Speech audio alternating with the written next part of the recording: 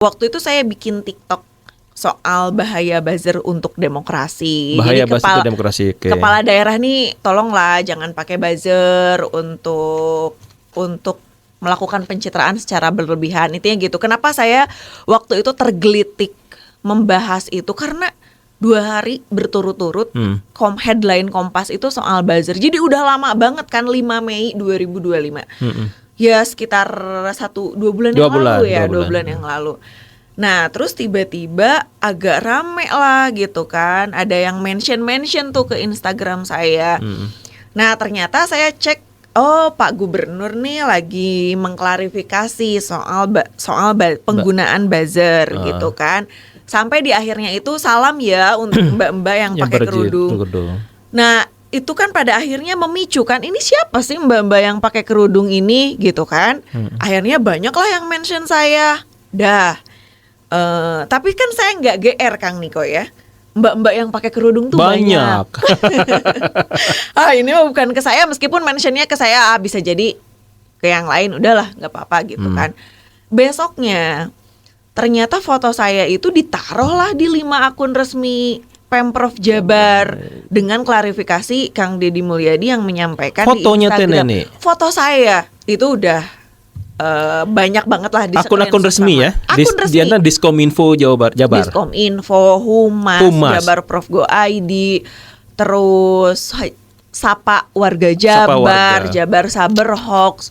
Jadi 5 akun resmi gitu. Saya tuh kan jadi tanda tanya, ini ada apa gitu kan. Gitu emang ya? Saya ngomong gitu.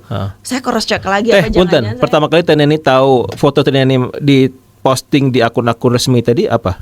Teman-teman dari wartawan ngasih tahu. Nen, kok ada foto Teteh ya di akunnya Diskominfo. Masa sih? Saya cek lah, kok gini gitu. Nah dari situ Kang mulai serangan digital tuh luar biasa. Dan serangannya itu tuh saya kan sering mengkritik ya. Mengkritik tuh ya bukan cuma di akun TikTok saya kan. Kan Akang tahu lah gimana saya jelang pemilu, pilkada tuh berisik banget pasti ya.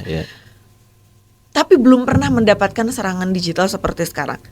Saya waktu itu diundang di Metro TV ya. Bahas soal kecurangan pemilu yang terstruktur, sistematis, masif. Itu penontonnya sampai 627 ribu gitu. Itu lumayan banyak. Tapi so far Kang aman saya. Tidak ada serangan. Gak ada serangan digital apapun, gak ada. Itu levelnya nasional pun. Nasional. Dan di pilkada kan Akang tahu sendiri. Dan saya kan pernah ngelaporin Ridwan Kamil kan karena kasus dugaan politik uang kan waktu itu. Waktu itu juga sempat rame. Tapi nggak ada tuh serangan waktu itu Kang RK bikin status gitu ya gitu. Tapi ya udahlah biasa. Buat saya tuh biasa banget. Ya? Saya tuh udah tahan mental Kang menghadapi serangan-serangan digital kayak gitu. Bagi saya hate speech, caci maki udahlah biasa. Resiko itu ya? Resiko karena resiko saya main medsos, resiko saya jadi mengkritik, sering mengkritik gitu kan. Kayaknya tuh kalau nggak kritik kayaknya bukan ini gitu kan. Banyak juga yang bilang gitu. Sebenarnya enggak, dalam beberapa hal juga saya banyak mengapresiasi orang, banyak mengapresiasi objektif tokoh, lah ya. Objektif gitu. Nah terus tiba-tiba dalam sekitar 3 hari itulah serangan digital luar biasa sekali yang tidak pernah saya dapatkan. WA tuh diretas Kak. WA sampai diretas, akun TikTok saya juga sempat diretas. Saya dibantukan ini sama teman-teman saya memulihkan. Mereka juga mendampingi secara psikologi saya, teman-teman SafeNet ya.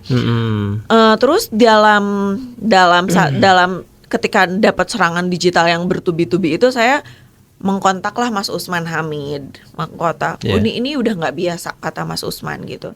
Ini butuh ada dukungan. Jadi Mas Usman saat itu langsung bikin rilis untuk saya. Nah setelah Mas Usman saya kontaklah teman-teman YLBHI, Mas Isnu, Kang Isnur dan kawan-kawan gitu. Kang Isnur juga kan kawal ya, menyatakan juga statementnya untuk menghentikan konten yang itu dianggap melakukan kriminalisasi lah terhadap aktivis demokrasi. Saya cek TikTok saya kan, saya sama sekali tidak mention Gubernur Jawa Barat, pemerintah Jawa Barat, atau kemudian secara lisan juga enggak ya? KDM itu tidak sendiri. Disebutkan enggak ada Kang. Jadi memang saya tuh memang niatannya ini tuh untuk semua kepala daerah. Karena kan kita tahu betul ya kepala daerah tuh mulai bekerja. Dan setelah dilantikan, terpilih dari Pilkada 2024. Dan kenapa saya bikinnya itu, karena kan itu kan masih ada tuh daerah-daerah yang PSU, Kang. Daerah-daerah yang PSU, sehingga dilantiknya itu terlambat gitu. Jadi saya nggak ada sama sekali sebetulnya mention kepada kepala daerah tertentu, enggak.